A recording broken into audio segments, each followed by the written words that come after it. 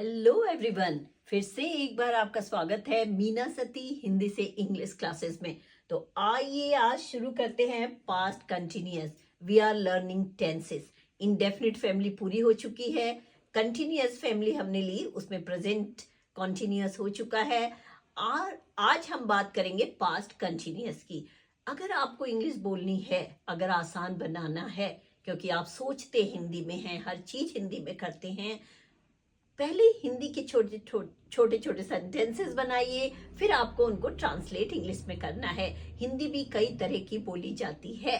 देखिए, हमने इंडेफिनिट की बात की थी, उसमें आता है मैं जाता हूँ। मैं हर वीडियो में पुराना रिवीजन जरूर करती हूँ। मैं जाता हूँ, खाता हूँ, सोता हूँ। उसके बाद मैं कॉन्टिन्यूअस में आई, उसमें रहा रही कोई भी वर्क प्रोग्रेस में चल रहा है उसकी बात करते हैं। तो हमने प्रेजेंट में इसकी हेल्पिंग वर्ब होती है इज एम आर। तो हमने कहा मैं खाना खा रहा हूँ, I am eating.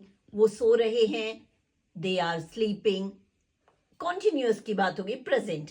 Now today we will talk about past continuous, यानी कि भूतकाल।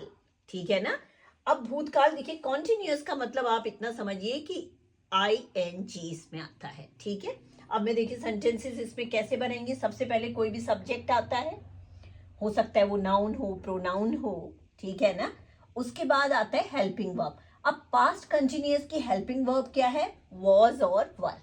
वॉज सिंगुलर के लिए आता है, वर आता है प्लूरल के लिए। बिल्कुल है ना, simple. And plus action verb हो जाएगी कोई भी, first form of action verb, जैसे ईट है, रन है, स्लीप है, राइज है। अब प्लस आपको इनमें लगा देना है ING। ये हो गया आपका। इस रूल को आपको याद करना है कि subject plus helping verb plus action verb plus ING, बस दैट्स ऑल।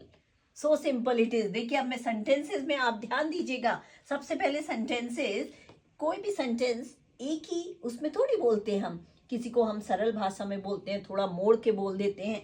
इसी तरह से यहाँ है, देखिए, असर्टिव, असर्टिव और अफर्मेटिव और simple, we can say simple sentences जो बड़े सीधे साधे उसमें है, उसमें ना नहीं आएगा, ना इंटेरोगेटिव आएगा, प्रश्नवाचक आएगा।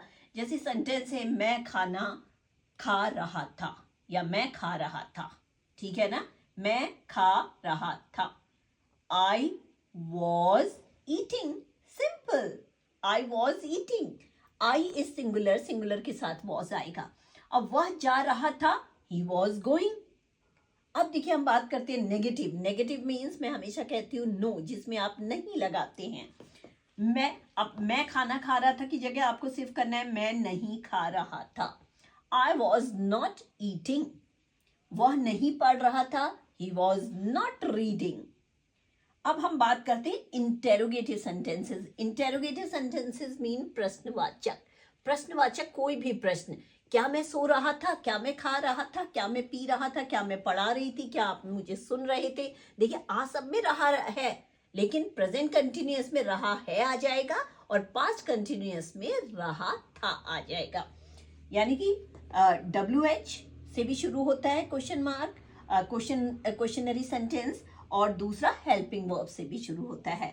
अब देखिए, मैं क्या खा रहा था, यानी कि मुझे नहीं पता है मैं क्या खा रहा था मम्मा, वो क्या चीज थी जो मैं खा रहा था, क्या था।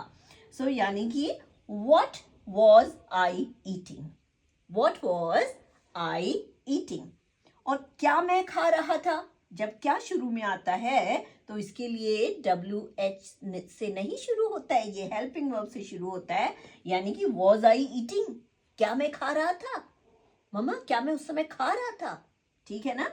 क्या वे सो रहे थे, वे के लिए आता है दे, तो इसमें क्या आ जाएगा, वर दे स्लीपिंग।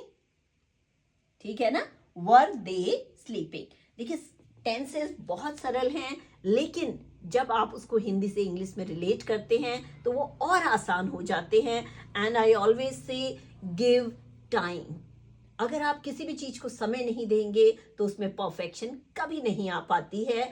सो आपने जो पुराना पढ़ा है उसको रिवाइज जरूर करिए, और नए सेंटेंसेस बनाने की कोशिश जरूर करते रहिए। अगर कोई भी प्रॉब्लम आपको हो, so you can write me in comment box.